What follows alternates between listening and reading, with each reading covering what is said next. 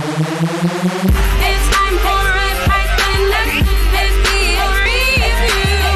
It's time for a Python video review. Hey Transformer fans, Titan Zed here, back to do another video review after a very long hiatus. Sorry guys, life just decided to get more in the way than normal, not least of which the light box I use to film is, well, starting to fall apart, so it's made reviewing particularly difficult. I think right now I've managed to hold it together with paper binding clips and some super glue, for now. I have no idea how long that's going to hold, so I'm going to try to get some reviews now rather than later. With that said, we are reviewing my favorite figure to come out of Wave 1 of the Leader Class figures for Transformers Power of the Primes, Evolution Rodimus Prime. Now, I know a lot of people hear that and probably just immediately started pounding on their keyboards calling me an idiot because the Optimus Prime that was released was also really good, but I have a bit of a reason why I prefer this figure over the Optimus Prime figure. Namely, it has been a hell of a long time since we got a Rodimus Prime figure. And I mean a proper G1 looking Rodimus Prime that turns into the Space Winnebago. Whereas within the last 2 years, we received about 6 different Optimus Primes. The 2 from Combiner Wars. You had the 2 main ones in Titan's Return, the Leader Class and the Voyager Class, not to mention the various repaints those figures repaints and remolds those figures received during the year. So yeah, I'm a little Optimus Prime burnt out, and I've always thought Rodimus Prime was a wee bit of the better leader of the 2 at least. Optimus Prime is a good wartime leader, but Rodimus Prime, well, he's a good peacetime leader. So there. But yes, aside from that, this is the Rodimus Prime figure in his Rodimus Prime Space Winnebago mode.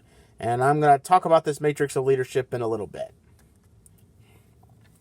Now, out of the box, there is a difference that I have made from what you'll get out of the box. If you look here, there is, it seems to be a break in the sticker. That is not normal. The sticker would actually is in 2 pieces, and one part would come over this part of the hinge, and this part would come over this part of the hinge. I have removed that on both sides because when you transform this figure, the hinge opening is not big enough to accommodate the sticker. So it would just crinkle up the sticker, and that's a bad thing because that will lead to the sticker potentially peeling off. My recommendation to anyone who plans on transforming their Rodimus Prime figures when they get them, cut those off with an X-Acto knife or a box cutter. Just cut them off and then take either if you've got fingers small enough to, or a pair of tweezers, just slowly peel those bits off. Trust me, you're doing yourself a favor that way. The stickers are already peeling off at the edges, and I've been trying to trim them where I can to prevent them from peeling off. You're doing yourself a favor by cutting off that excess that goes on the hinges on both sides. Now, that quick turnaround may have also revealed a bit of another problem with this figure. His fists are in full display when having an approaching on view. I'm not gonna lie, you see them in almost every angle. It's a little annoying, but you know what? I get over it, given the fact this is the first Rodimus Prime we've had in a very long time. Now, I'm gonna try to keep this brief, but why is Rodimus's Matrix of Leadership look like this? Well, I've got a theory for that. Basically, this isn't a Matrix of Leadership. It's an Energon Matrix. Now, anybody who was a fan of Beast Wars Neo or Beast Wars 2, the Japanese 2D animated Beast Wars series that came out, I think, in between certain seasons of Beast Wars when they were being imported to Japan, all of the Transformers who had the rank of Convoy, Beast Convoy, Optimus Primal, Lio Convoy, and Big Convoy all had energon matrices inside of them, which allowed them, an end of the battle boost of power, which could help them win the day. I think the same concept is said here. This is just an energon matrix, which replicates the power of the matrix of leadership, allowing characters like Rodimus and Optimus Primal to go into their full powered-up modes. So, yeah. Other than that, the figure's not bad. Now, if you give me just a second, I'll show you this figure's second vehicle mode. Gonna try to keep this brief because I'm not trying to run this video up too much, but yes, this is nice. This is half the reason I bought the figure, is just this part of the figure alone. Next to the Masterpiece version, this is probably the closest thing to a movie-accurate Hot Rod we've probably received. It's not perfect in the vehicle mode, but you'll see why I find this to be a superior figure than, say, the Titan's Return Hot Rod we got last year. Unfortunately, I don't have that figure out. It is in a box somewhere, so I'm not going to be able to do any comparisons. Sorry. But yeah, this vehicle mode, very nice. Oh, I wish they released this figure as by itself with some different colors, because damn, this is nice. So I'll be right back to show off his robot mode real quick. And oh my, yes. Now this is the biggest reason I picked up this figure. A very screen accurate Hot Rod figure. Not perfect. The little pipes go beyond his fists, just like on the Titan's Return figure, which seems to be a running theme with Hot Rods. But other than that, it's perfect. This is really nice. Now, he can wield both of his blasters in this mode, but they don't work as well as I would have liked.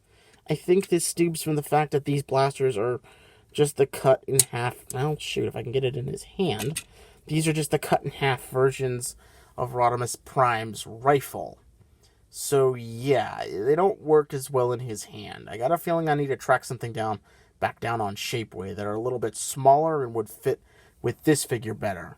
And also the one flaw I didn't talk about in the vehicle mode, there is no place to stick the weapons while in his Hot Rod vehicle mode, which really is a little depressing. Even the Masterpiece figure can do that, and they couldn't find just a peg hole they could put on there, just one? Oh well. The one upside to this figure, in a way it's designed, unlike the Titan's Return Hot Rod, this figure can actually fit Fan Project's, what was it? Fan Project's, sidearm, that's it. Fan Project's sidearm, which looks like his G1 Target Master. And it can fit in his hand almost perfectly. So yeah, with this figure, and if you have the sidearm figure, you can literally have a Target Master Hot Rod. Very nice. So yeah, that's this figure in his Hot Rod mode. I'll take this figure over to his Rodimus Prime mode. Oh my. Yes, this is a nice figure. Now, and I no means perfect, and I know why people are complaining. This whole assembly, which makes up the arms and shoulders, is rather awkward, I'm not gonna lie. And, yeah. The kibble. Oh, the kibble. But the end result still looks really nice. I mean, dang. That's Rodimus Prime. The first official Rodimus Prime I think we've received since G1. And, by the way, Transformers Energon Rodimus Prime doesn't count. He turns into that goofy-looking G2 Optimus Prime truck mode. So, yeah, that one doesn't count. But this, oof, it's very nice. Although it is a pain in the tuchus to record on video. But I really like how this came out. it's just about perfect. So perfect, in fact, that yes, I did go out and buy the recent repaint, the Rodimus Unicronus. I don't know how you're supposed to pronounce that. Though a word of warning to all collectors, whether getting this version or the Rodimus Unicronus version.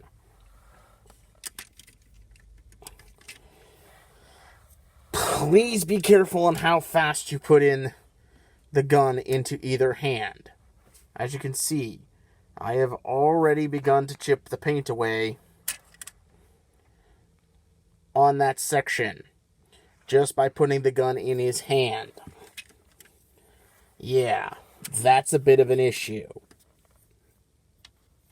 It's not a particularly hard issue to fix, as you just don't push the gun in all the way all at once. Refocus. There we go. But yeah, the only other downside is he can't carry sidearms really in this form. The peg's just too small.